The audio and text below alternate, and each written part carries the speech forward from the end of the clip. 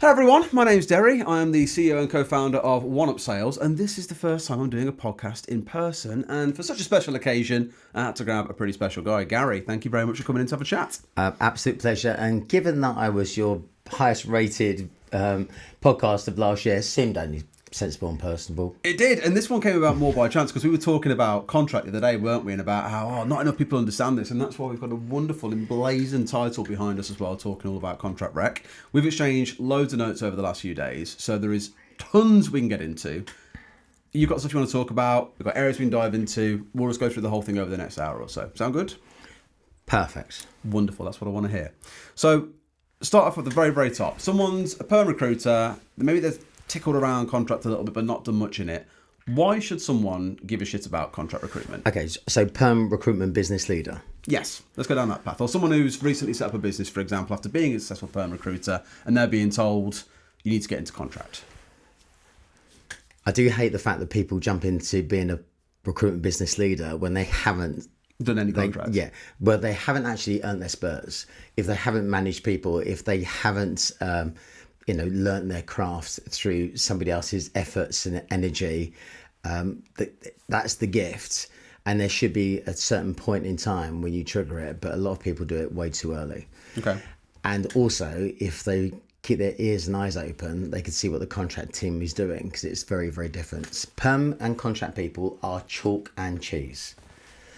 In 2022, it was all about get a perm candidate, market them out to market, get through first interviews, and you know the stats better than everybody else because you can see the cohort of people in that space. And there was no sales involved. It was all logistics. It was all doing admin, and people are going to hate me for doing this, but that's the truth of it. Contract people are salespeople. 99.99% of their time they are spending on the phone trying to make friends with people, trying to convince somebody to change their supply chain, trying to get, I've got a relationship, seems to be working. Why do I need to work with you, Gary? And also, we don't look for need. We have to create need. On perm. Because of the conversion from perm to contract more often than not, because most people, when they go out to hire, will be looking more towards getting perm roles outright. See, that was the case. And the reason why I'm being such an advocate for all things contracts at the moment, the world has shifted. Would you have been 5 years ago, do you think? As such a big advocate for contract back then as well? Yeah, but perm shit, right? So There it is. There it is, right? So perm is every month you start from the same revenue. Yeah. If you're trying to grow, and this is me on behalf of recruitment business leaders, investors, everybody who's interested in that space, with all the love in the world, from someone who's on desk as a perm recruiter, that isn't where we're aiming this at. Though hopefully in the future, some of those people will end up on, stepping sideways onto bigger ladders and learning how to become a business leader. But right here, right now, having recurring revenue is a joyful thing. You told me as a software business leader, right? Yeah. Right. Okay. Spot on. Yeah. Okay. So we didn't have MRR at the time, but it was always about what's your weekly. Yeah. And by the way, everyone who comes from perm says, how much did you make last month on perm? And nobody cares if you're a contract person because it's your weekly GP. Yeah. Because in months you have 5 weeks and 4 weeks. You have finishers every period. You have some of the stack it high, set it cheap marketplaces where you have to retain your book and start again, ish. But the high value professional services market, once you've got your book up and running, yeehaw. Although I'm watching too much Yellowstone at the moment, so hence I've come as a cowboy today. What people don't know is he was walking down the street earlier, donning a hat as well, really rocking the whole cowboy. Yeah, I am a little bit. So yeah. I mean, obviously, contract. We're not talking about being the cowboy side of recruitment. To kind of come back to. Did you just do that? No, I'm saying you're saying it's not. That it's not the cowboy it's side. The exact opposite. Yes, is what it's you're the saying. exact opposite. It's a professional game where someone from perm will struggle to do contracts. Someone from contract can easily do perm because I have to make sure that I've got finance in place. I have to make sure my insurance is in place. I need to know contractual law. I need to know my risks. I have to have weights and balances everywhere. My hiring triggers need to be absolutely on point. if you want to grow a contract business, I mean, I've got 10 rules about how to start one up, but the fundamental is, if you don't think you can get to 50 contractors or 25k a week, certainly within the first 6 months, don't bother. And who's the person to do that? And it's not a top salesperson. It's a really street smart, savvy, commercially astute person. And people get that wrong quite often. We'll come back to that because that's a really good one to dig into in a minute. I've been told by producer Charlie, they've got to come off the chains. They're jangling on the microphone. They need to be removed. Are you seriously? Yeah. Unbelievable. And now everyone's ears is free from the jingle jangle. There you go, exactly. All right, yeah, sorry about that, peeps. Fashion first. So back to where we were. The piece I was asking around was valuations, because I think naturally most business leaders think about what does this future look like? When can they run off into the sunset with their millions? Whenever I speak to perm recruiters, generally they're talking 1 to 2, maybe if they're lucky, 3x at some point. In contract, that can be I a don't think different that's story. the case, by the way. I think it's significantly more.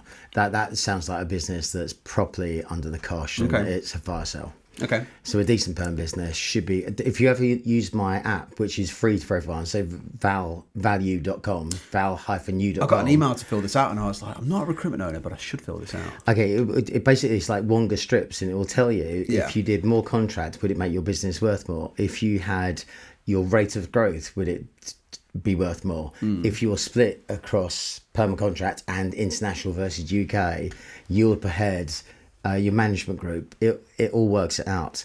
I can say right here, right now. So if you're a half decent perm business that somebody wants to buy, rather than a business that somebody wants to sell, you won't be doing it 1s and 2s.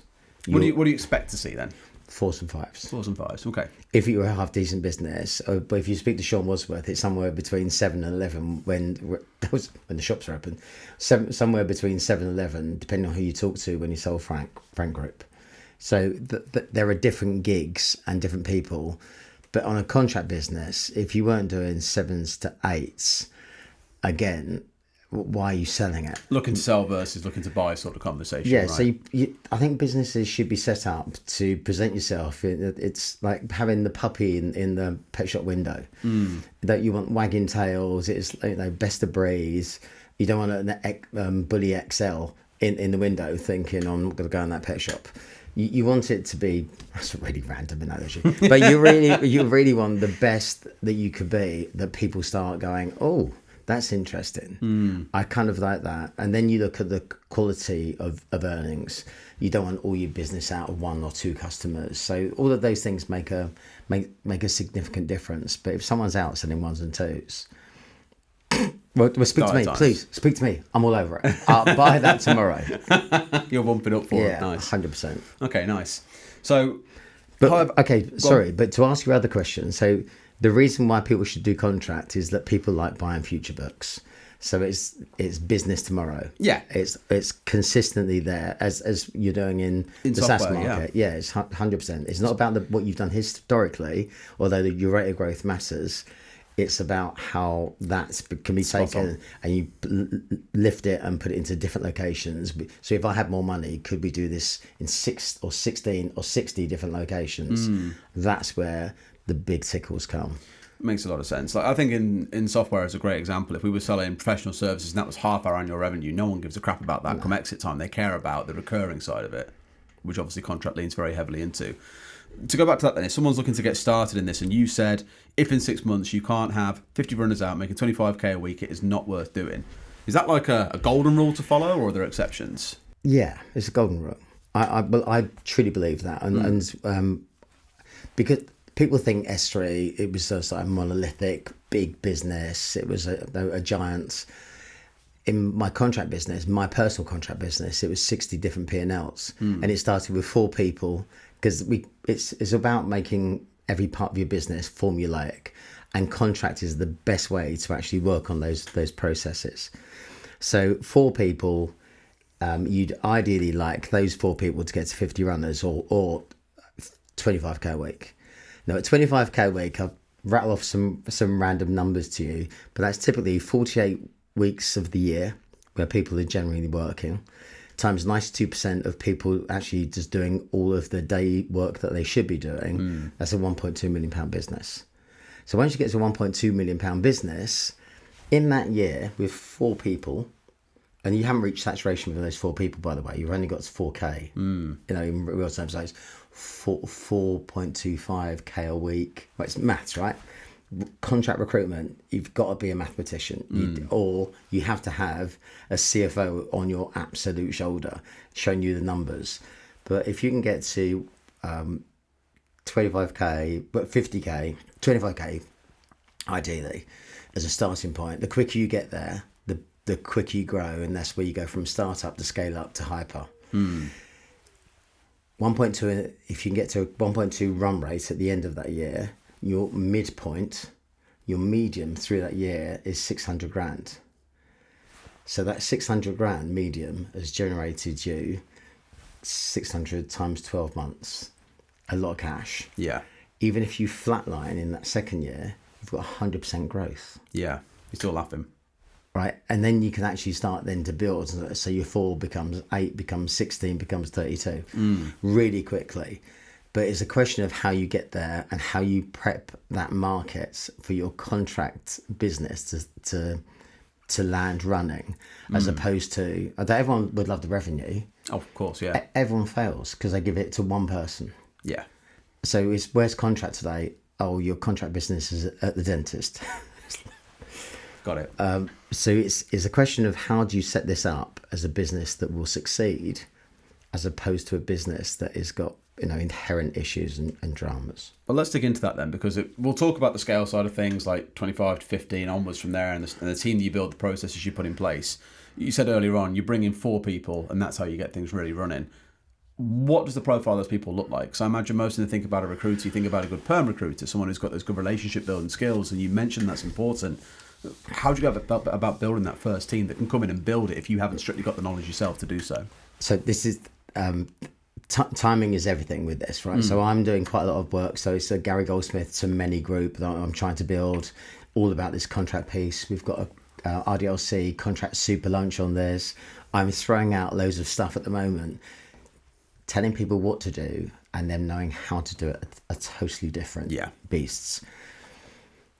It's easy to share the idea, but the execution is where it really counts, right? And so how do you make yourself the most attractive to get the best contract person to come and work for you?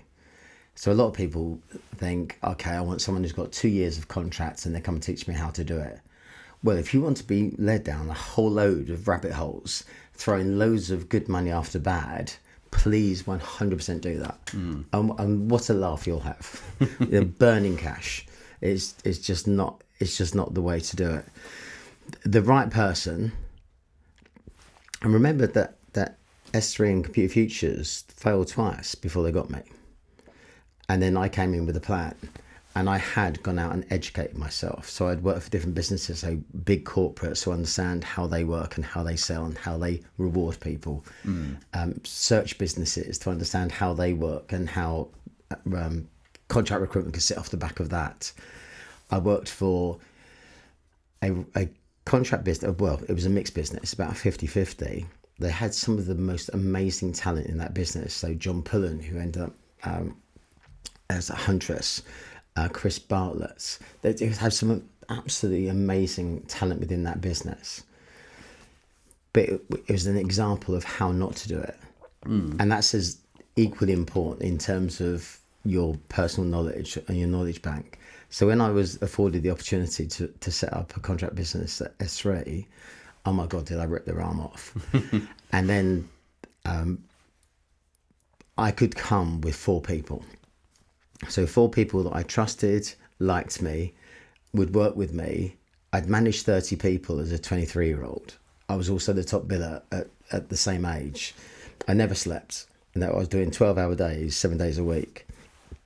And there was a plan. And I financially forecasted it. There aren't many people who would actually invest in themselves to be ready to do that. And if they have done that, they want to do it for themselves. But I was kind of reflective and thought, if I could do it on somebody else's budget, if they had more money, I could make more money as an entrepreneur than an entrepreneur. Yeah, totally. And I met the right people at the right time. So Bill, Simon, Russell, absolutely amazing humans, so smart. I mean, ridiculously smart. And they gave me a promise. So within 6 months, I got my full shares. They got out of the way. They said, get to 50 and we'll sort it all out. So we got to 50 really fast. We cheated, lied and stole to do that, by the way. Proper, the cheeky chappy recruiter that everyone loves, which still works today, by the way. That's how you make friends with people.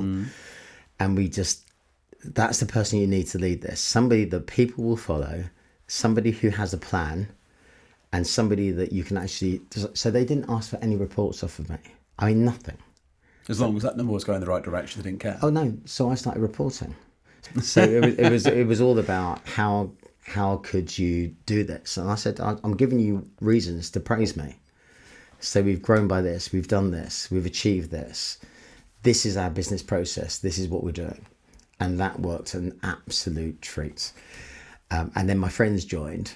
And then we just went mental. I just said, let's collectively let's try and get this to 60 odd. And then we'll all take one person on each. And then we went from 4 to, it was actually it was 3 of us and a rookie, just to prove to them I could do it with the rookie as well. They didn't ask me to do that, but I make sure I just... They're in the locker that way to be able to repeat the process later. And it worked out that every time I did something, if I could prove to them it works, they never asked again. Yeah. So if I wanted to spend 20 grand, I never needed to ask again because it always works because I told them. And if I did fuck up, then as long as I told them, that was absolutely fine. Got it. It was a very unique period of time with a very unique set of circumstances and people. And it was coming out of a recession, so things were coming back, but it was a new again, so we had to reinvent the wheel. So we came up with totally different lyrics, a totally different way to do it. Imagine having a contract business where interviews were no. We wouldn't let clients do interviews. Okay. I mean, that's gangster, isn't it? Strong, for sure, yeah. So my interview to placement ratio was about 1-to-1. But some of my people... And Dean talks about it today when he joined. After the first year, he didn't do another interview ever again on a contract. And we were 100 recruiters at that point. Okay. So how would you do that? So it's about coming up with a formula and knowing what you do. So find that person who's going to lead it. And he's not a top bidder. He's a top bidder plus, and you would have managed. Yeah. Because you said this earlier on, before we went live, we were speaking about this, and you were saying the world has changed a lot. More people need to get on this now. Obviously, SThree, like you say, that was a very unique period in time as well. Can you think of recent examples, maybe within the Pirates or companies that you're involved in, where they've made a success following that blueprint? Or what are you seeing that's different today compared to back then? So you've got Jamie Fraser at Interex, who's absolutely crushing it right now. He has a way to do things. He was training, I think, maybe the first 50, 60, 70 people in the brand. He personally trained. This is our way. And when people then come into that and everyone's doing it, it happens through osmosis. And you know how to manage it. And you know how to measure it. And you know the key dials. And then you get to a point where you don't look for every individual's performance. You look for the exceptions. So that doesn't work. That doesn't work. And then you can scale and scale again and scale faster. It also means that you can elevate people into more senior roles more quickly. So then you've got a storybook. It's like, he's only been here 18 months, he's managing 4 people. He's only been here 12 weeks and he's already on the book of 2.5K. Yeah. So that matters. So that's brilliant. You got Luke McCluskey is the great example at Circle Select. Trial Starts was new to them. We worked on that quite a lot in the early days because people come in with a kind of a fixed mindset. If they come in from Perm, they're trying to arrange interviews. Yeah. If you work on contracts with a contract mindset, you're trying to get off the phone with a deal done. And so why do you need to do interviews? That's what I do. Well, if you don't like him by 12 o'clock, kick him off and I'll pay for his time. Yeah. But I'll take the risk. You focus on day job.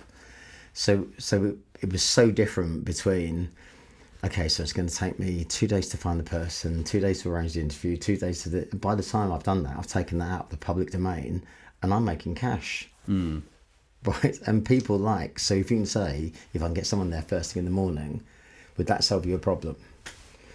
And if you do it twice, then there's no reason why you can't sign them up forever.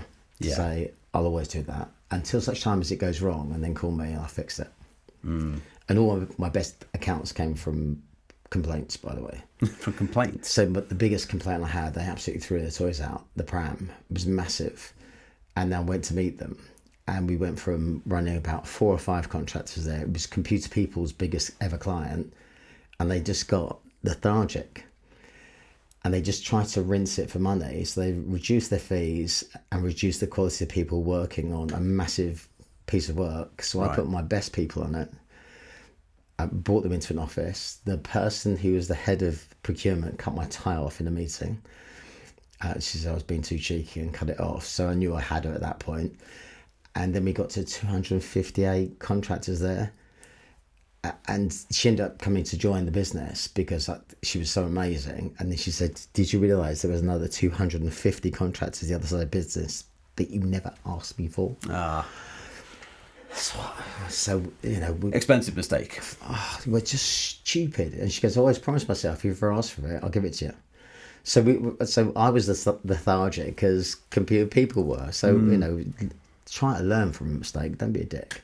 And although the things you've told me that story before, which is how I know you're learning from it because you always talk about it. Literally, it's like it's been tattooed. It's like Yellowstone, right? That's as attached to you as It's attached to me as that. So, I don't know where we're going with this. So we spoke a little bit around that. Right, here's the golden rule you want to get to. Here's the kind of person you want to find. Here's what you want to be getting it to. What does that process look like? Because I feel like you said earlier on, contract feels like there's so much more to it than what you see inside of perm. There's a lot more complexity you've got to worry about, more skills that you need to develop. Where the hell do you start with that? Can I give you top 10 tips? Yes, go for it. As a newsreader? Yeah, if I say you're like a newscaster now, go for it. Yeah, okay, that. So I think the first thing is, if you're going to do contract, it has to be a totally dedicated focus upon it. Mm-hmm. Have someone with you, by your side, at your hip, who will tell you what that process looks like before you employ someone to do it for you. Because they will tell you. I remember when I joined CF, I told them it was a 9-to-5 job because when clients go home, we go home. And they believed me because they've never done it before. And 6 months later, when I got my shares, I said, oh yeah, that's bullshit. right. But so and even for me, so if now I'm a bit of a cheat. The nice thing about contract billers, they are absolutely born lazy. As a top biller, they will find the shortest route to making money at every avenue, and just listen to them. But know your desk in, weekly GP, not monthly, because you get flattered by it, and net gain model. So if you're familiar with net gain, I'd expect a recruiter to do nothing in their first month, nothing in the second month, but from the third month on, they are running one extra person, one extra contractor. So if we use 500 quid as a really simple average, 500 a grand, 1,500 2,000, that works in the US as well. Even though that the numbers are flattering, I want them to be running 10 contractors by the end of year one. Right. As you said, each month be adding one extra person onto their contract. One extra person. Got it. So I work upstairs in terms of working out what revenue that is in my cash forecast. But for everybody at desk, all they know is every time they're walking through the door every month, and you got 4 finishers, what do you owe me? 5. You got no finishers, what do you owe me? At least 1. Okay, so you got no finishers? At least 3. Cash. And so I just simplified everything down to one thing. And then we knew. So we knew at the beginning of the month how many finishes we had, what net gain would look like. If you extend someone, it counts as net gain. Yeah. And then you can get the right bill and pay against that as well. That's a classic know your numbers, isn't it, at the end of the day? If you don't know what's going on, then how the hell do you know if it's working or not? Perm don't do that, right? So that's why you need to have someone from finance and decent MI. Yeah, makes sense. One up. You want business people who can sell brilliantly. Don't go looking for recruiters.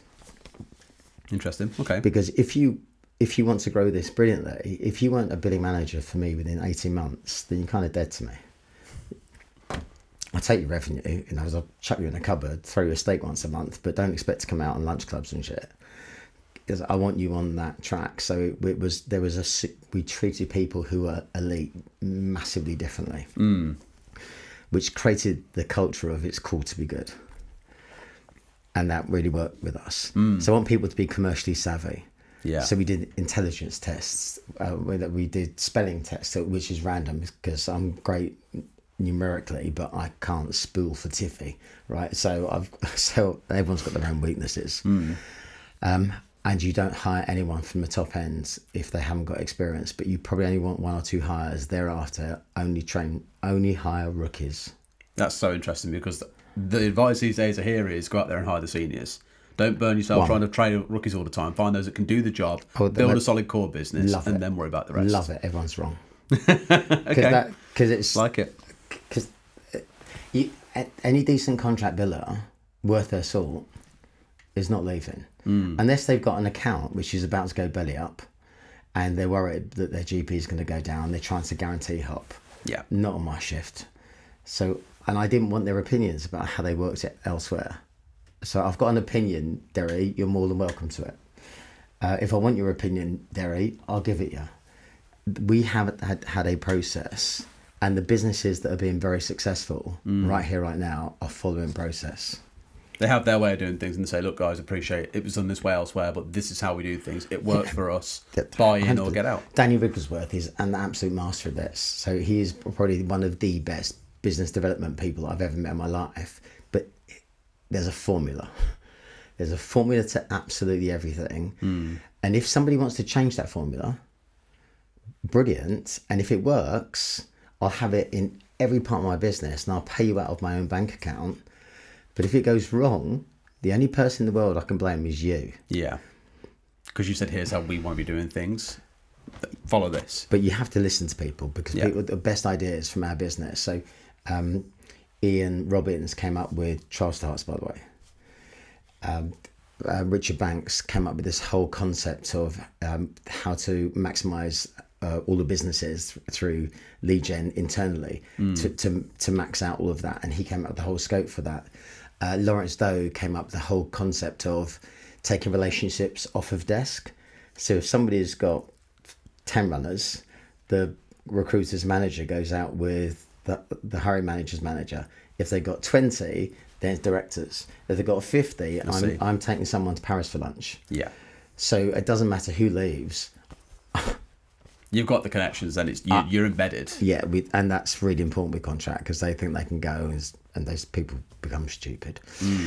Align to the core business. So if you're a perm business and thinking of doing contracts, just because you're hiring someone and they've come from a different market. So if you're in tech, if you're in front end dev and you've got someone who wants to do life sciences, just say no. Stick to what you know, because that's where your data is. That's where your relationships are. Yeah. That's the quickest route. And all we want to do is then, do you know fishermen go out early in the morning at 5 a.m. and they see the water and they ground bait? I can do that for anyone joining my business, but I can't do it in a market where I don't know. For sure, yeah. And if they say I will bring data, never touch that little bastard. Because if they've done it to someone else, they'll do it to you. Yeah. And I don't want to be the person who encourages that. I kind of like a number about 250. So 250, 300 clients that at desk, I expect everyone to speak to every 10 days. Some way, shape or form. They're sharing information, intel, know what their hobbies are, send them a book, trying to meet them. That's the kind of level of impact you need to have for someone to be bothered to change a supply chain. Makes sense. If you want to go, and you should be, talking to a mass market, that sits at top co in marketing. And people just think, I'm specking CVs, that's marketing. That's just being lazy and shit. Yeah. Right. Because it's you trying to get something rather than giving value to the other side to build that relationship, as you say. Yeah. I used to phone people up and just what you call none on the wheelchair, Virgin Mobile. Latest, bye, Gary. Right, and I just leave voicemails like that for people, so they'd always start picking up my phone call. If they saw my number, they'd pick it up. And once you get people to pick up the call to you regularly, and you're saying, have you just heard what's happened at OT? Call me back. Right. They'll call you back, and that's because that's how mates operate, isn't it? You just phone each other and just call them a dick, or you phone each other and just tell them some goss. Yeah. So if you can get that, build natural relationship like that, yeah, for sure. 100%. Selling has to be the default setting in everything you do on contracts. So if you were to do an SPQ Gold and it did say the words an over preparer, that means someone is fearful of the phone. So I want someone who's prepared to do as many dials as it takes. So so the best tools in the world right now are parallel dialers, and they're just calling 10 people at once. Yeah. And you have to be agile enough to go, shit, Steve, how you doing? Yeah. What's the risk? But you know, because you can search on the CRM exactly who you're calling. But that's for, if you've peppered to death your 300, then you can just go freestyle. And actually, what's the worst thing that can happen? Somebody that isn't working with you continues not to work with you. Yeah. Can't see a risk there. And there's plenty of the people you can speak to that organisation if you need to go and build a relationship elsewhere. Yeah. And as long as their boss of, their team leader, billing manager, or the boss of bosses is engaged, I know that Derry's working really hard, and that will just go down an absolute treat. Got it, yeah. The other thing to note is that contracts people pick up about 7-to-1 perm jobs to every contract role. So they can feed it back over the other side. If they need just to. never pay them for it. The only way they get paid is on their contract billings. Got it. Do not split deals. So there are rules to all this, right? Which is really mad. That's quite tactical, but for a second it'd be cool to unwrap that. How are you then saying to them, like, they could turn around and be like, don't care then, like, if it's not a contract job, I'm not interested, I'm not getting paid in it, why would I throw it back over the fence? Is that more trying what you build into the culture to say, guys, this is for the business here that you're operating, or how do you approach making sure they actually are passing those jobs over? Because perm people will find contract roles, and every contract role we place 1 in 2, every perm role they're placing 1 in 5, 1 in 6. Yeah. So it's pari passu is how it works. I remember Gary Eldon used to walk up and just chuck over perm jobs all the time, or contract jobs all the time. And it was one of those, why are you doing it? Like random conversations at a board meeting. He went, because they give me so many. I see. The two-way street that comes back. It's a two-way street. So if you want to grow a contract business, everybody in the business is point 10, so I've actually ruined it. But it's everybody in the business needs to be totally aligned to this. Perm is cash positive, contract is cash negative. Every part of the business then needs to be having all your associated costs divided, so perm aren't paying for us. Yeah. But we can actually share some of the on costs for the office. So do it in a headcount split. It's 5 contract people, 10 perm people. We should be paying a third of all the on costs. Got it. And that includes managing directors' costs, and so you just make it super fair. Got it. Then you need to make sure that you do the right rewards. So we did something which, people today still give me really hard time about this. I was known as the caretaker, right? Because I kept moving the goalposts. But effectively, if we made the same margin on contracts, but my average margin and GP was higher than yours, I got paid more money. Right.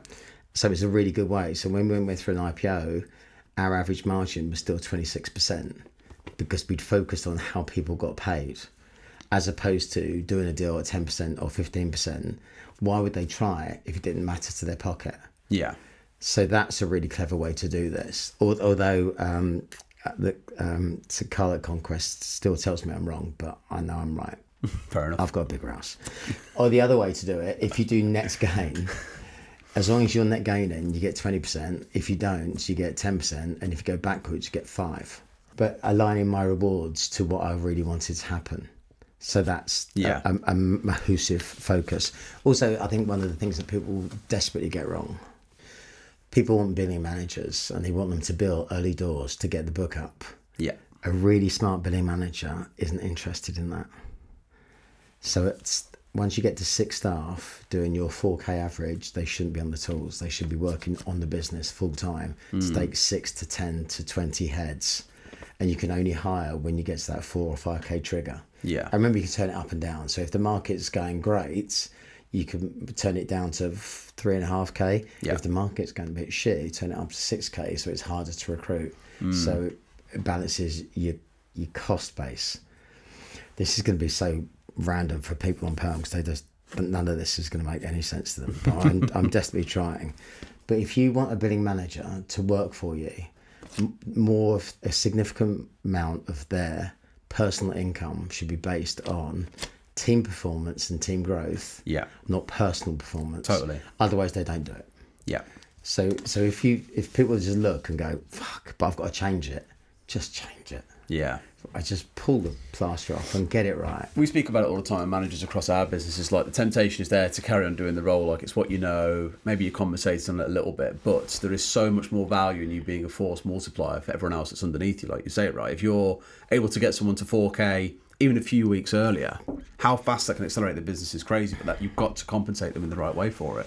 Also, there needs to be competition at every level, everything you do. So we had managers, there's a list of managers and who was the person who added the most staff. So that's interesting. That's what you got rewarded for, but you couldn't add staff unless you got your average GP, right? I see. But your GP doesn't really go down that fast on contracts. So once it's there, it's there. It's not like Perm where you can have 2 good months and then you can have 2 absolute dog shit months. Yeah. And on every Perm business I know, you're going to have 2 absolute shitters a year. On a contract, you don't.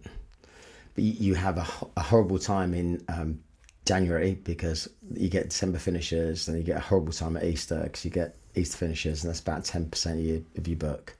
But apart from that, I was going to say other points throughout the year where you see most drop off, and it sounds like those two. Looking towards the summer with like holidays kicking in, people thinking, I've done a project now for 5 months, I'm ready to go and enjoy the sun for a couple of months, or no, they've got that. I wouldn't let them. And we'd also, so if someone says it's a 5-month contract, I'd always try and write it up as 7 or 12 and then give the client a month's notice, and they never exercise it. Fair. But I'd also say, are you planning on some holiday because I'll replace you for that period of time, and it's just up to you whether you get the job when you come back. Are you 100%? They generally don't. Yeah. You got this. It's a different. Now you're gig. a vampire and not a cowboy. It's a different gig. Yeah. You have to be process bonkers with all of this stuff. So you do need someone to help you with all your commercials and your logistics internally. If someone's good about to do, every customer that comes in has to be credit checked, because you have to know it right up front, because then you can go back to them and talk about escrows, how to pay, money up front, margin only, or you don't piss off. I'm not having people wasting all of that effort, getting to a deal, and it's not happening, and then someone coming crying to me saying, can we do it? Because I'm going to laugh in their face and go, no. If somebody came to me and if they want to do anything under 20%, I say, of course you can, I'm just not going to pay you commission. But it's worth loads of business to us. I mean, will you get all the rest of it? But no. Yeah. But if you want to do it, that's absolutely fine. Thank you. One for the team. Nobody ever did it. They went back and negotiated when they said they couldn't. So They always did that. Interesting. So strong commercials, strong weights and measures to make sure that contracts were right. I must have signed the first 1,000 contracts that we ever did and put client and candidate terms in front of me. And every term we had a commercial director in, Mark Heath, the legend that is Mark Heath, my oldest friend in the world. If he said it couldn't happen, he said that's an absolute definitive no. That's a commercial decision, and the rest of it's absolutely fine. And I'd have managing directors of different parts of the business shouting at me, just saying, you can't do that. I went, Mark said. So whatever Mark said, it went. Yeah. Which meant that when we went to an IPO or the first sale with Barclays, they went unbelievably well run. We didn't take on any loss, because if you lose, a 20 grand or a 30 grand loss on contract is a lot of days at 500 quid. Yeah. To make that up. And I'm not prepared to do that. I'm too money hungry for this. Also, you want on contracts, you want really well balanced people. People with chips on both shoulders. They've got something to prove to someone and something to prove to themselves, and they're the ones that will work for you for like 20 hours a day. Yeah. Okay. A structured approach to absolutely everything. So I'm repeating myself now, but there's governance at Topco with everything that you do, and accountability at every level. So if you're supposed to be sat at that desk and running that team, I expect you to generate this revenue, right? So do you want this job? That's what I want. Right? If you don't do that, what happens? Okay. And if you need help, you put your hand up, but you don't really run into the ground, because if I come to you and say, this is shit, then it's too late. So I prefer to I used to look at all of our numbers on a Monday and a Tuesday, because I think then I can actually impact the performance in that week, as opposed to a Friday to say, well, that was a shit week. I prefer to be involved in. Can I be involved in the operation rather than going to the the funeral? Makes sense. Creating orders, creating need, not taking orders. So you just need lyrics that are really powerful and strong. I'm trying to do this fast now because it talks for ages. That's right. Massively empathic techers. So I know that this is important to you. I know that this would make a difference. I probably know that your bonuses could be related to getting projects over the line. You've had a headcount freeze for a bit. I'm guessing there's some cash in the coffers when you did your budget at the beginning of the year. Can I show you how to use that? And then pitch in, that's recruitment business. That's consultancy. If we float in the middle here, I can give you everything that they've got because they use my people anyway, but I'm not interested in bumps on seats. Yeah. Give me the projects, not this. Or give me the bits of the project that you don't need to pay for PwC and Deloitte and their extortionate rates using my people. So come up with something which is a creative narrative. So they're actually starting to fulfill the role then of being called a recruitment consultant, as well as actually starting to offer some input into their business. It's not just I'm here to fill and give you some CVs for you to fill some requirements that you've got. It's much more about how can I help your business. And also, just I think the last part in all this is just need support from all. Yeah. So your admin group needs to be absolutely on point. You can't mess up with anything.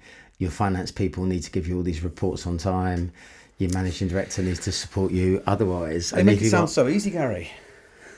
I've made that sound quite complex. That exactly you have, yeah. No, more what you're saying is there's a lot that goes into it still, right? It's not like a simple just spin it up and let it run. No, you have to be so intentional about everything with it, down to the processes that you run, the admin team it took behind me it 2 years all, to grow creative talk plan. tracks, yeah. It doesn't just happen overnight, and that's why we're going to set up a contract business. But don't do it on your own, starters. And because you'll just crash and burn, and you'll get someone who'll tell you exactly how to do it. And even I cheated. I still have Christmas Day with Bill, so it's like it's not we're all best mates, but there are so many easier ways to do this. Flipping every perm job. If you're throwing over all of your perm jobs without taking a fee, then I think quid pro quo is I can try and turn every perm job into a contract role. Seems fair. Spot on. So we just did it. Didn't need to ask. Nice. That's really good stuff. Like, again, the problem is that it sounds like it. So those who want to get started with it, there's a lot that you need to consider. And so your advice, as you said, is find someone who's been there, done that, or knows a hell of a lot about it. Obviously, you're one of those kind of people as well. If you were then looking to go out there and start building this team with the assistance of that person, how much would you look for that person to be involved in that process of setting everything up? Or would it more be relying on them to connect you with the right people to get those things in place? So none of that is complex, by the way. It's quite... Finding right people is always the hardest part, I think, in anything with business. There you go. If you can find the right person, then it makes sense. But if you will find the right person if you've actually created a platform. So it's easier for Liverpool right now to go after any striker on the planet. And would they go to Liverpool or would they go to... Don't say Villa. I was going to throw myself under a bus and say Chelsea, right? You got enough of them, Christ. So, you haven't got a striker. That's a good point. Actually, right? And Arsenal haven't got a striker. So, would they go there right now? But if to say that, so this is geared up. We just need a point man. Yeah. So I've got the data right. I'm warming the patch up. Our processes are absolutely on point. We've got our finances arranged. You've got your dashboard sorted out. So most of that stuff, I reckon if you were to put 12 weeks into this with some really cool people around you, you would have people fighting to get through the door. And then you've got a choice. But quite often people say, come in and build a contract team. What have you got? Yeah. Nothing. It's like, okay. It's hard, isn't it? It's just, why do I want to, I've never done it before. Why do I want to do that? What's in it for me? It's like... Totally. We pay you 50 grand basic. So I don't want a basic. I want a part of it. It's like, we've got an EMI. No one wants EMI. They give me proper shares. Yeah. An EMI just doesn't work. I think it's the bluntest instrument in the world. To be fair, I'm not even aware of this side of recruitment. Do you see EMI or shares leveraged much in recruitment as incentives? It's massive and it's absolutely pointless. We see it in tech as well. Like EMI is offered a lot. People don't really understand it or appreciate the value of it. Well, because it's not worth a lot. It's just like it's a piece of paper that goes, one day you might get this, right? Yeah. And the chances are, if you think about it, it's only about 4% of recruitment businesses actually get away successfully. Yeah. And that's including business buyouts.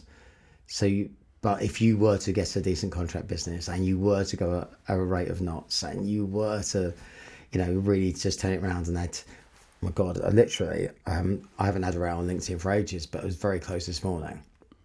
He was saying we're at 10 million quid to your business value in 12 weeks. Really? What? Big claim. You can do Brinks, Matt? What's your plan here, sweetheart? That doesn't work.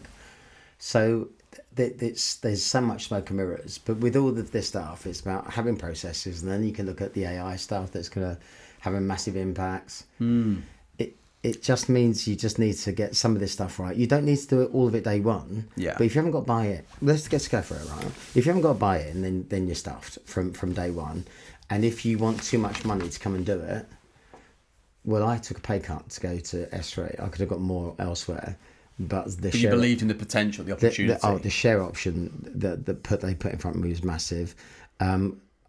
We were never going to do dual desking. How much, even though they kept saying, do you want something for these perm deals? It's like, nope. Because if my people aren't just being focused on what I want them to do.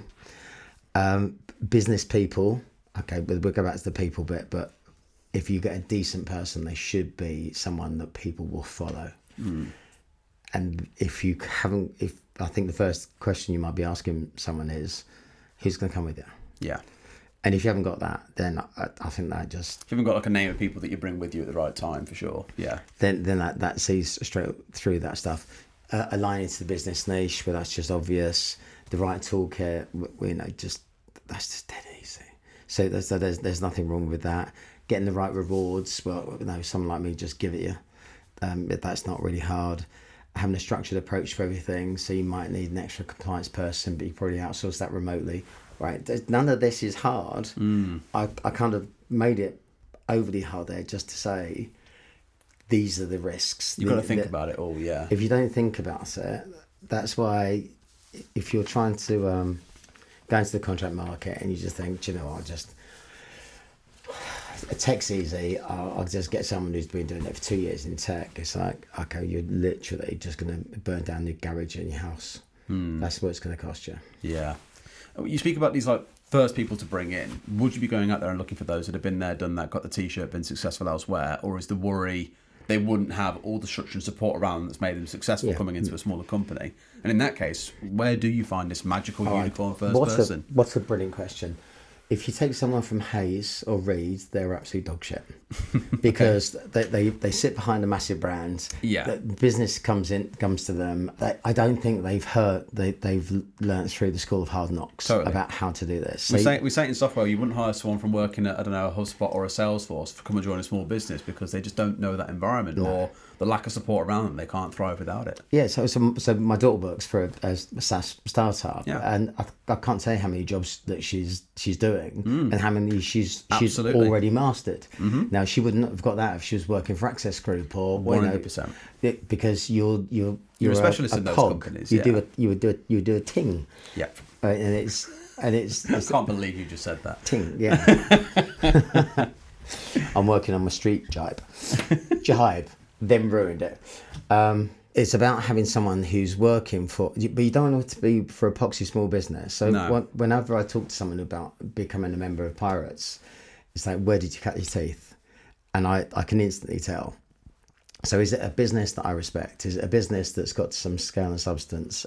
Did you get into the management, group? And were you actually implicit in part of that growth? Yeah. Don't tell me about your book. Tell me about how many customers you brought in. And what was your churn a customer? And how many customers did you give over to your staff? Or did you piss up every fucking lamppost? Yeah. Which, they greedy bastard, and you were just using them to be resources. It's like, it's not the same gig. So to get that person, well, once you're halfway there, because you know what you want. Yeah. Which means then you know what you don't want. Yeah. And it's about hiring on competencies. So I always talk about it's never about tenure or time served. Yeah, totally. Right, because otherwise we'd never got that wonder goal from Wayne Rooney against David Seaman when he was 16. Yeah. Right. So if you're good enough, you're good enough. But you got to, you know, I was 27. I'd managed 30 people when I was 23, and I still wasn't ready. I didn't think. And then I went off to learn all the other bits to say, do you know what? If I'm going to start this, I am absolutely mint. But now I'm starting for a business who's got some cash in the bank. Yeah. And they still had to back me by going out and putting personal guarantees on houses. Wow. So still quite a strong bet then. Oh, yeah. Well, wow. I remember Bill coming in one day and said, "Can you literally, Bill, Gary, it's like you're growing too fast, mate. It's like this is really a bit of a worry." I went, yeah, like it's a fucking dimmer switch, right? We're either on or off. Right? So it's like it doesn't work like that. If it turns off, it's going to take me that period of time again to come back here, trot on and find some money. And he came back about 3 days later, and he's ashing on the way out, and he came back. He goes, "Sorted." How fast can you go? I went, "Oh, you bastard." and his whole idea of creating a budget was double or die, not knowing that run rate growth already gave me 100% growth. It was like, yeah, I see. First Porsche, first Ferrari, everything went well. Nice. Holidays, New York with partners, first class, right? Careful what you bet with me. Because if I'm motivated, it will go. But then people will they got the stories. They saw people who have just been part of it. So you've been here how long? Yeah. Like 6 months, and you're a manager already. It's like that's what you can do. Because we turned off all of the people talk about career plans. Yeah, progression frameworks and all that stuff. Which I hate. I want more Wayne Rooney's. So if you're good enough, I'll pluck you from obscurity and give you a team. And people were saying that's not fair. He's not been here as long as me. I went. But he's better. Tenure-based stuff is horrible. But he's better. So people didn't have to go through trainee, recruiter, senior recruiter, associate. They went trainee. You probably would have been a recruiter because you had to get to 5-6K a week, and then you went straight to billing manager. If they've got it, they've got it, right? Yeah. If you got it, you got it. But if you didn't do that, then it's like I don't want boring stories. Yeah. Interesting. And that was the way to. But that's all about hypergrowth, and hypergrowth is a different gig. I bet. You're about these companies that go from like nothing to 100 million revenue over the space of like 18 months, 2 years, and I'm just like, I cannot imagine what it's like trying to keep processes and teams in place during that time. I think that's really interesting dynamic, but I think scary. I think most of that in recruitment, the staffing world, is for acquisition. And so I did a piece at Mint and tried to put 3 businesses together. Hardest and worst and most unenjoyable job I ever did in my life. Right. Because different cultures, different pay schemes, everyone was always pissed off, and they weren't mine. And not the right kind of culture for you. And it was a bit of a blame culture, if I'm truly honest. So I was used to people in a board meeting being able to wear different hats. So at one point, and I think this is for businesses who are looking to grow, at some point you've got to be thinking topco, because that's where our wealth sits. Yeah. But your individual wealth is about how you create your piece of the pizza. Yeah.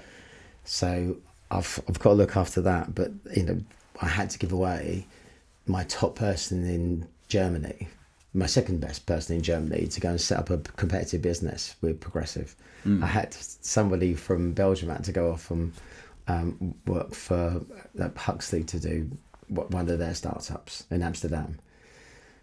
But that was right for the business. It pushed me back for 10 minutes, but actually I just split their role into 2 people, and I gave 2 people promotions, so 2 more people were happy. Yeah.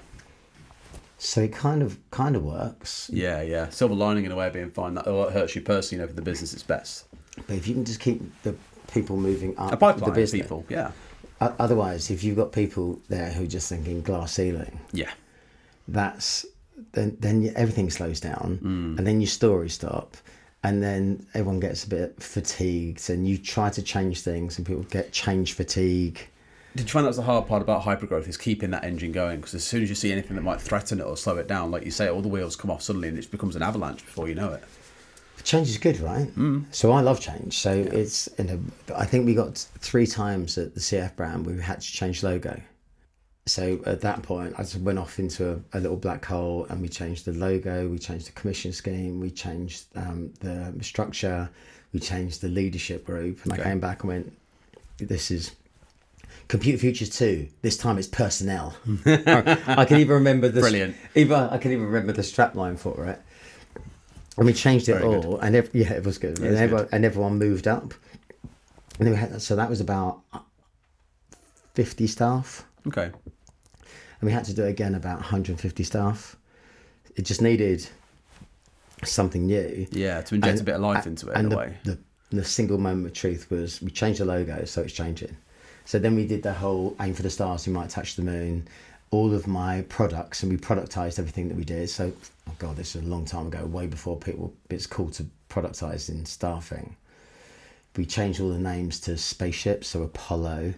Right. And one of them, I can't remember what it's called now. Someone will know this. But I had the people from Amsterdam and saying, Jesus Christ, Gary. It's my Dutch accent. Jesus Christ, Gary. You've changed one of the products, and you know what that is. Over here, it's like the Dutch equivalent of rampant rabbit. Incredible. It's like, I thought that would have been caught by marketing. It's You'd like, hope, yeah. How did we not know that? Anyway, he said, you're going to change it? I went, nah, it's an icebreaker, isn't it? Just crack on. You'd be absolutely fine with it. But it was things like that we did. And because this was pre-being public, just got away with absolute blue murder. I imagine, but it was so funny doing this stuff. One hell of a journey. Yeah, nice, lovely. To come back to that piece around finding that first person, because like you say, don't go to a big major call for it. Go with this. It's really hard. Because it is, but I want to kind of get some thoughts from you on this and what you've seen work. Because I'd imagine what you point towards here is find a business that's got itself moving along. It's at 10, 20 people, for example. It's starting to hit that scale point, but it's not quite there yet. Find the person that was instrumental to that and try and convince them to come and do it all over again with you. Is that the kind of organisation you dig into to find the person? Or if you're in my boardroom and I was give you that advice. Right, here we go. Right, Field of Dreams. Mm-hmm. Kevin Costner. Build it and they will come. So create an environment where people want to work, where people are talking about it outside. Yeah. So when I think we interviewed brilliantly, by the way.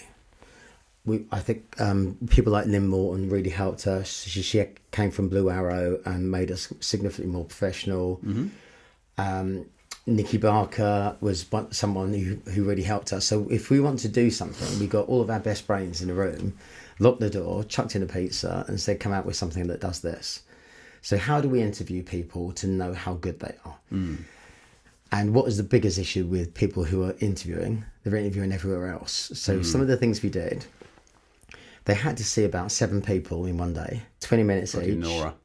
You imagine someone trying to offer that as a recruitment process these days? It'd be like, hell no. It's crazy. Fair enough. No, but it worked. So each one of those people were trained how to do one of the core competencies. So 7 core competencies. Yeah. 7 core competencies. So bravery, track record, salesmanship, trustworthy. Do I like them? Yeah. Right. And all of this. And there were set questions in each one of them. And then when they finished that, we huddled and they were allowed to interview the rookiest rookie in the business. And we say, thank you very much. Right. Your work is done, by the way, sweetheart. Now this is your chance to ask somebody who's been through this process, is this the company that they say it is when I join? And if there was any doubt in that process, there was no doubt. So one person said no. If someone said, I'm not sure, other person would go back in and double check it. Yeah. So that Dean got 10 in firsts. And then we just said, if we offer it to you, this job right here, right now, will you say yes? Mm. And if they said no, we said, okay, there's no offer, but thank you ever so much for your time. I really love you. Now, people were going away and then phoning us back going, what just happened? What? So I'm not allowed I'm not allowed to talk to my mum and my dad. I'm not. What just happened? I went, we didn't say that, and I gave you a clue. This is not that gig. It's about, I want people who are going to literally rip my arm off for this, The other interview question, which was genius, by the way. So, Derry, we're role playing. Okay, go on then. There's 2 ways that we can work with you here. So in terms of training, development, nurturing you, the first way is we're really good at this. We can lift up the bonnet and we can work out how you work, what makes the best version of you. And we will tweak you. Think of it as an F1 car. We would literally put so much time and energy and money into making you the best version of you, way better than you probably think you could ever be. And you will be a rock star, my son. Or I'll shout at you, we'll scream at you, you'll earn twice the money in half the time. Which one would you take? First one. Okay, so if you Out. So if you said that, we wouldn't take it because we haven't got time for that. Yeah, the building versus who wants the money now. Because I want salespeople who want to earn money. Yeah. And if it's people who don't want to earn money, then you shouldn't be in a sales role, and you 100% go and work on perm somewhere. But do not walk into a contract shop with that attitude. Interesting. Okay. So we knew what we were looking for. Yeah. We worked on our plan to make sure that the people who we did take on hit plan. Because those people these days would hear that and say, oh, that chance to be that rock star for the growth is a really exciting piece. But like you're saying, you want someone to come in there and make you silly money inside 6 months. But and actually, they get the same training. Yeah. But it's not that. It's the framing. It's not that fluffy bullshit. It's Yeah. like, oh, you just shouted at me. So someone actually gets 6 people throw footballs at him. It's like, get over it. It was, and I think there'll be a lot of people saying you can't do that these days. 100% you can.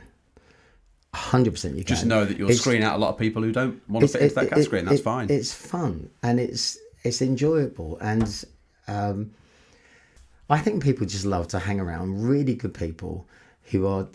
Remember, we don't let any dicks in our brands. We don't want anyone who's boisterous or aggressive or nasty. Yeah. We just want really good people who've got something to prove to someone. So ambitious people in the day. Yeah. Super ambitious. So I need to earn money. I went, okay, are you smart enough? Let's work it out. So someone will be doing some intelligence tests with them. And if someone just ticks all the boxes, it's like, okay, well, 100% we want you. And then from Dean, you went from 30 grand to a 10 grand base. But everyone was saying it's not about what your basic is, it's what you earn here. And I think we've forgotten that as well. So it's all about, it's... People will move somewhere for a 2 or 3 grand higher basic. Yeah. That's why I hate Rex, because it's easier now for someone to move jobs and get a pay rise than actually and get a pay rise where they aren't worth that money. So they will survive in 6 months maybe, not in the shops I know, but 6 months maybe with somewhere where they're not really looking at their stuff. Not on contracts, you lost 10 minutes. But it's because we want you to be salesy. And if you're not performing or putting the inputs in, then you're probably gonna lose out very quickly.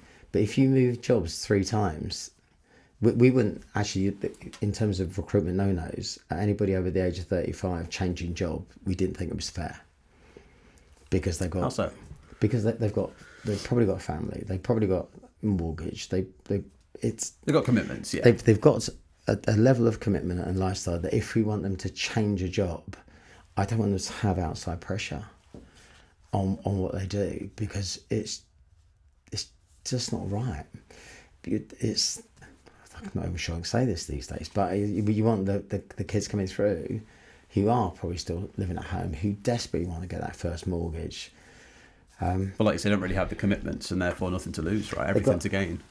And that's the people who will put the effort in, and it's the people who are slightly older who just, there are other jobs that they can do where you're not going to be under the pressure of... Gives them more security for those commitments, yeah. Yeah, and I've got to respect that they've got kids, and yeah, totally. I don't want someone sitting there going, this is too hard. Gary, I love it, but I can't afford to stay here.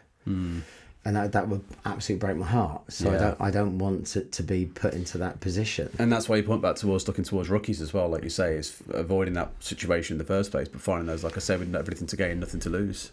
Did you ever see the Hunt for Red October? No. You've never seen Hunt for Red October?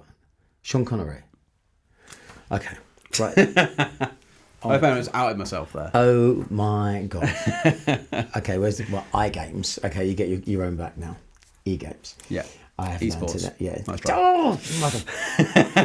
Nice try. Granted. So the hunt for Red October, there's a point where they have some seismic anomaly, and the machine that they use always, and the guy says, it was based on looking for animal life, effectively. So it can find other submarines, but it will revert to type. And he goes, this is either whales humping, because the machine, when it gets confused, always runs back to mama, and it goes back to the first thing that they learn. I see, right. It's right. It's a very random analogy, Yes, right? okay. But it's really important for someone who gets really, really stressed and they're wearing a work mask and they're pretending to be a salesperson, but they're not naturally a salesperson, they're going to fail. Yeah. And they show themselves up pretty quickly as well. Yeah. So we had a list of no notes. So they wouldn't have made it to interviews. They wouldn't have been heartbroken by the process. Nice. Awesome. We've gone through so much that tip list was great to go through because it led to so many different conversations as well. We've got 2 or 3 minutes. Any kind of big burning points in your mind that you think people really need to take home with them about contract recruitment in particular? There's a thing called a contract onion. Here we go. Do you want to rant? This is like Shrek now. Yeah, go on. Give it to me. Go on. Okay. Because we were absolutely salespeople. I remember when someone's moving a perm job, you do have a sort of duty of care. Mm-hmm. So they're giving up a job. They're giving up something. They might have to move place. They might have to have longer travel time. Mm-hmm. I care about that stuff. So some of the sales stuff that you would do on contract, you would never do on perm. Mm-hmm. But on contract, it's just about who makes the most money. And some of these guys, I kind of respect what they do. They land running, so there's no soft landing. They come into an environment and they are making you money instantly. If they aren't there, you don't pay for them. If they aren't adding value, you swap them. If your requirement changes, you get a new one. That it's a transient workforce. They get the gig. Mm. They're not upset about being fired. They understand that there'll be another gig for them. It's a cool place to be, but you have to sell. So the easiest way to sell this with your customer is saying, would someone help? The first thing you sell is a trial start. So if you think about an onion, you're peeling back the layers. Right. So the first thing I would say is a trial start. So Dean Kelly will start with you first thing in the morning. If you don't like him by 12 o'clock, you can sack him. No skin off his notes, by the way. He's absolutely fine with that. And I'll cover his costs. And I probably would agree with Dean that if he thinks he can get this gig, he'll cover his own costs. Got it. The second thing I start to sell is a free working interview, which is exactly the same as a trial start, but I just use different words. Okay. So it's a little bit like New York. So good they named it twice. Terrible. Go on. Shut up. And then we go on to how about I get my best person? So I get Dean and I get him to jump on the call with you now, and if you like him, we carry on. And if they say no to that, I said, would you want 2? Okay, we're going back to 1980s recruitment. What you seriously want to give up time to get 2 people to do this? And then they're saying about a test, and I said, no, we don't do tests. Because, oh my God, right, I'm telling you that this guy can do this. He's worked here, he's worked here, he's worked here, he's worked here. If you wanted to do a test, are you going to pay him for the test, or are you going to take my word for it? And if they won't do that, then it's like, okay, what are you doing tomorrow? Why don't you pop over to mine, see you in the morning, I'll get 4 people in. If we like it, we'll handshake and we'll pop to the Ivy. And if you won't do that, now, at a certain point around this layers and layers and layers and layers, they capitulate. Now, They say, fine, we'll give it a go. Yeah. It's there they go, right, already. What I said. Okay, so can we just revert to the trial start? Right, because that's what's right for you. Right. And if you have to send CVs, if you have to do that, you probably wouldn't get authority from one of my billing managers to let you work the job. We used to have a red phone in our office, and people used to jog around the contracts. So we had 200 people in contract, right? They used to run around the office. because we didn't have time to walk. Yeah. Right. Okay. We went to work to make money. We didn't go to work to think, there was never ever a chat about what you're having for lunch.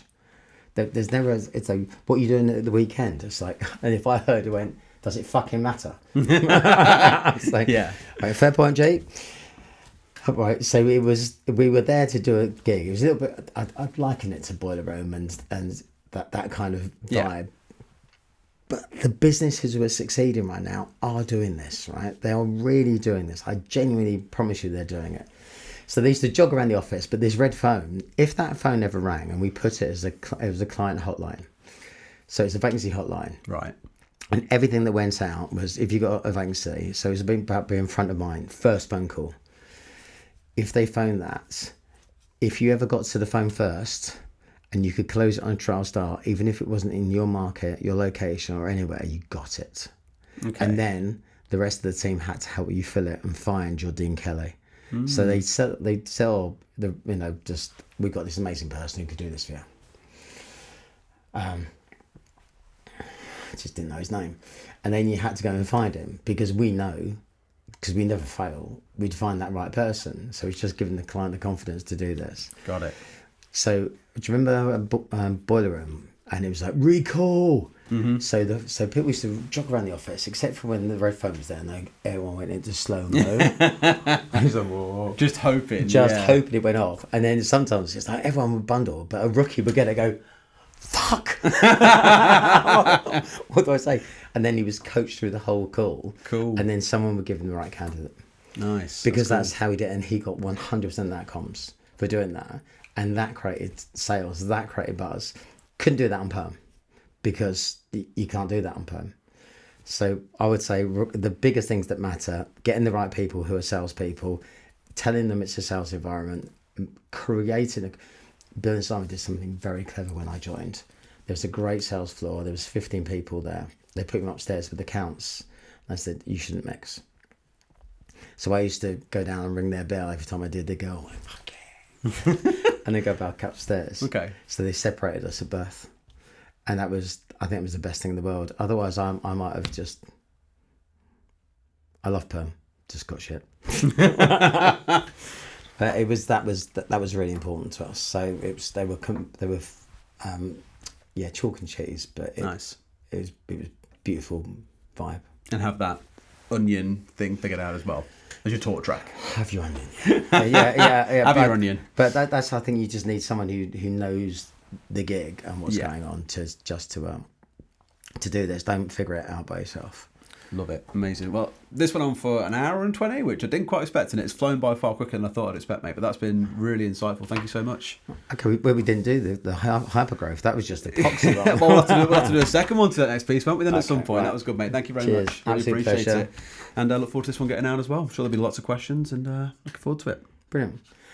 If you want to do contracts, call me. That's also a good shout as well. Yeah. Catch you next time. Bye.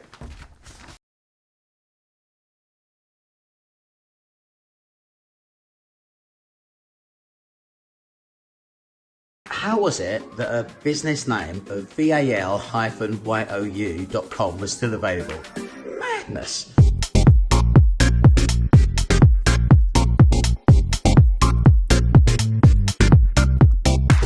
Imagine a free app. It's based on the Wonga style sliders, so you can actually look at all of the component elements to your business within 5 minutes and you get a valuation of your company. It will give you an indication of what your company is properly worth if this is the meaningful numbers. It will test you instantly to make sure you know your numbers and what your rate growth is. It also shows you and helps you in terms of each of the sliders, what we're actually measuring. That tells you the value of your business. So we start with some values. 500,000 contracts, 500,000 in Perm, my rate of growth of the last 3 years. So your market spreads, your contract NFI versus your Perm FI, your contract durations, your cash or percentage drawdowns, cash headroom, recurring agreements, staff attrition. You want to be a global business, and how many sales heads are you? Front office to back office, average deal value on Perm, across contracts across Europe, leadership strength, international split, financials and MI. Well, what percentage is your top customers? Investment into the business. Are you interested in a conversation about an exit? And now I'm kind of completed. I press this. This now tells me my permanent business spread is brilliant. The top 3 things I need to consider. Do you need to speak to an ed or an advisor, buy the business, or have their welcome and exit strategy, or would you just like to talk to us to make sense of some of this other stuff? And you can play with any of the sliders, and it will just change your number. It will change the value in the business. So it's real time, it's live, it's active. Ultimately, it's there to give you some insight as to what your hard work has been worth and is worth today. It's a very decent business valuation barometer.